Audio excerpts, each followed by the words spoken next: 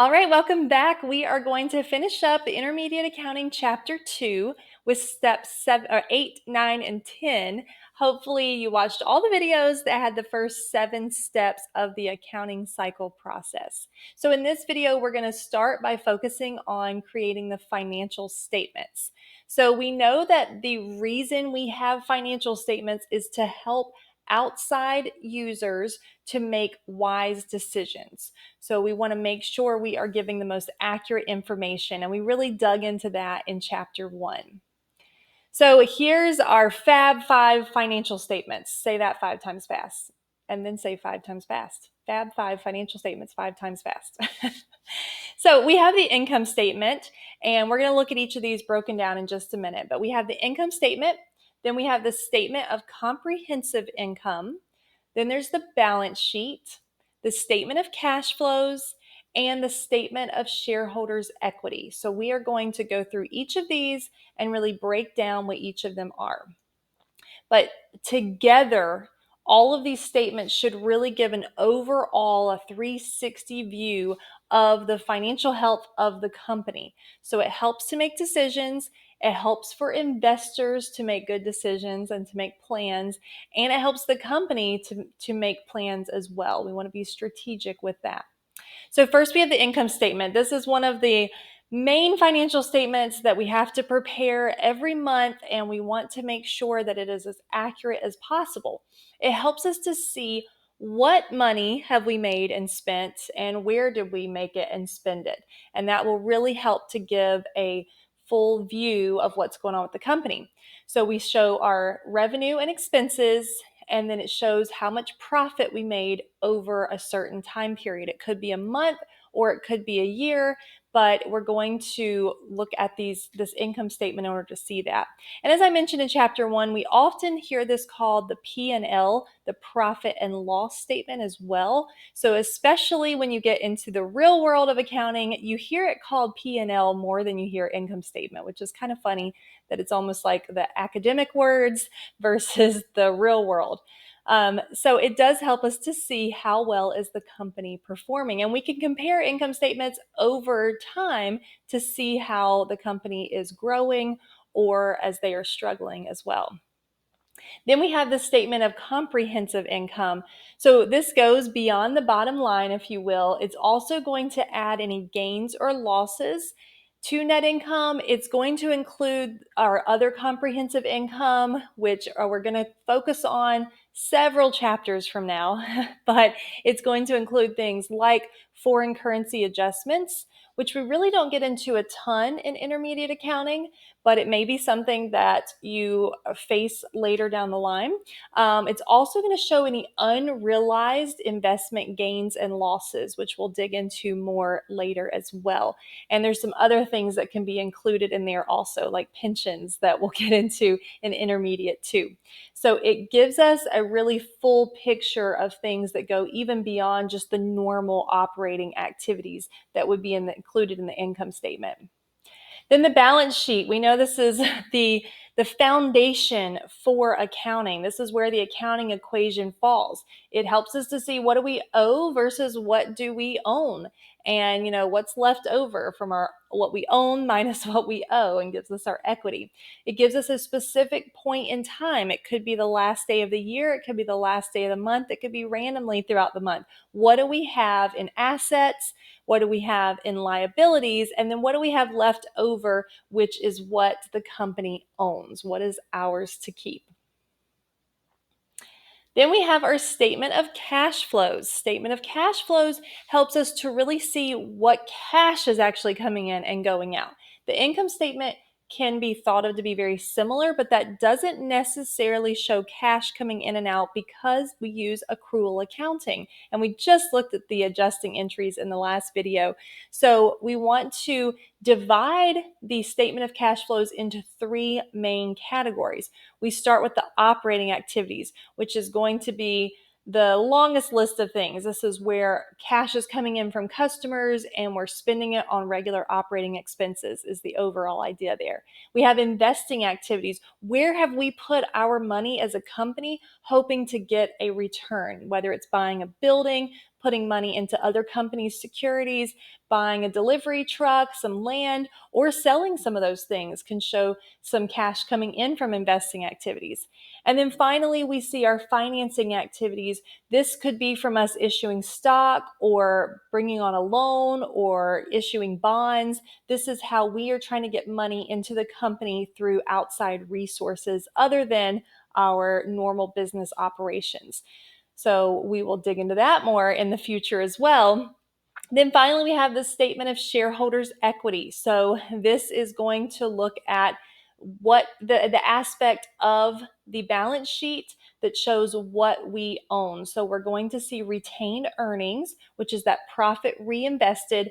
We are going to see any common stock, any stock that we've issued, and that list can get pretty long that falls under the paid in capital, and we'll see that much later down the line. And then we have dividends paid. If the company paid dividends, that is also going to be reflected really in retained earnings because we are giving some of that away. And we're going to see that when we look at the closing entries in just a minute. So it helps us to see what is the net worth of the company, essentially. So these are the 5 main financial statements, and we'll be digging into each of these more and more. So I'm not going to pull them up right now, but we use that information from the adjusted trial balance to fill all of this in. And this helps us to see how is the company doing overall financially. So let's get to that closing process that can be kind of tricky, but it's important to remember the 4 closing entries with the closing process. So our step 9, we are going to take all of our temporary accounts. Remember, our temporary accounts are those found on the income statement. So all of our revenue and expenses, and we are going to close those out into retained earnings ultimately. So we have 4 journal entries, very important to remember. It will come up over and over again. The first one is to close out any revenue. We want to be able to start fresh at the beginning of the next year with $0 in revenue, $0 in expenses. So this is where we move revenue and expenses into retained earnings to be reflected on the balance sheet as profit reinvested. So we know that we always credit revenue, but there's an exception to that. If we want to zero out revenue, then we need to debit it. And that's what we're doing in the closing entries. So we debit our service revenue, which we had $6,500 in at the end of the month. And we're going to say that August 31st was year end for this company, which it totally could be. There's the fiscal or the financial year end, and this company is going to close out their books at August 31st. So in order to zero out service revenue, we have to debit service revenue for $6,500. Sales revenue, the same idea. It had a credit of $150 from those books that they sold. We're going to debit it. And where it goes is income summary. So income summary is a super temporary account. It only gets any kind of action happening to it at year end through the closing process. Now, you also could see in your book where it would be asking for it to go straight to retained earnings. So if that's the case, they've decided to cut out income summary and they would be just crediting retained earnings right off the bat. But I'm going to do it really what the correct way is. It's a little lengthier, but we're going to show it going into income summary. But if you don't see that popping up in your book or in your homework, they may just be putting it directly to retained earnings. So now we've zeroed out revenue for sales and service, and we have this balance and income summary.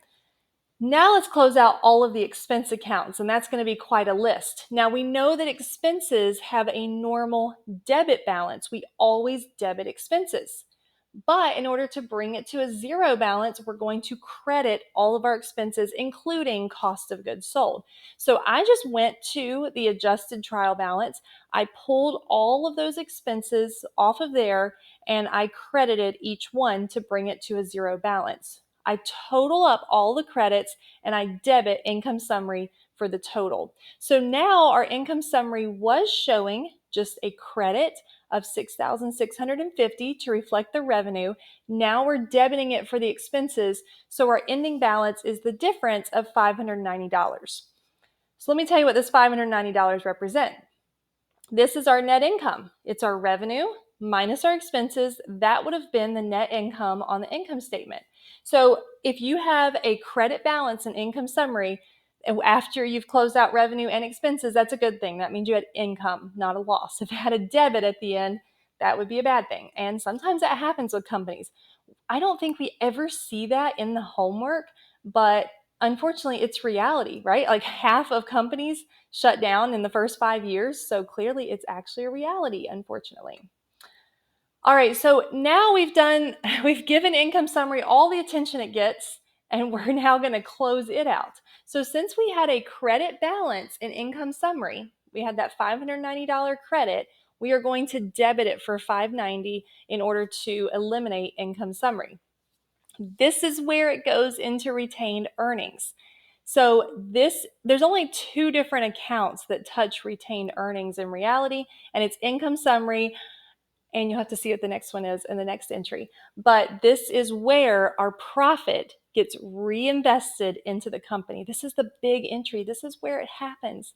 This was a brand new company, so they had $0 in retained earnings on the equity section of the balance sheet. But now they have 590 from that really just 1 month, because it was only 1 month till their year end. Kind of weird. Our last closing entry. You can do a drum roll. That's totally fine. It's going to be if they pay out any dividends. So dividends are when a company says, hey, we did well and we want to share some of that with the people who trusted us, who wanted to put their money into us. So this is where they share some of their profit with the investors. So they made $590 in profit. They decided to share some of that. So this is the only other account that would really touch retained earnings, and that is our dividends. So we are going to decrease retained earnings. Retained earnings has a normal credit balance because it falls under the equity section of the balance sheet. So we are debiting retained earnings and we are crediting dividends. All right. So that's the whole closing process. And then we get to step number 10. You made it all the way to step 10. And that's just the post-closing trial balance. So now that we have done all of the closing entries, and then rewind even further, we did all the adjusting entries, and then rewind even further, we did all the original transaction that had to do with external economic transactions. Now we're at the end. We get to where we do the post-closing trial balance to make sure everything balances after we did those entries. So at this point, for the post-closing trial balance, you shouldn't have any revenue or expenses showing up. It should all be reflected in retained earnings. So we are going to have all of our debits and our credits, and they should balance. If not, you need to look in there and see what you missed. Go back to the journal entries, and that's our post-closing trial balance. That's it. That's the end of chapter 2. Chapter 2 is a doozy. It was a long process for those 10 steps. Intermediate accounting is no joke. It is not going to get easier, unfortunately. I'm not trying to discourage you, but there will still be some more review for the next few chapters before we really dig our heels in. So make sure you subscribe so that you don't miss these videos and we can get through intermediate 1 and 2. I shouldn't jump the gun on that. Intermediate 1 and 2 together, and you can be successful in this.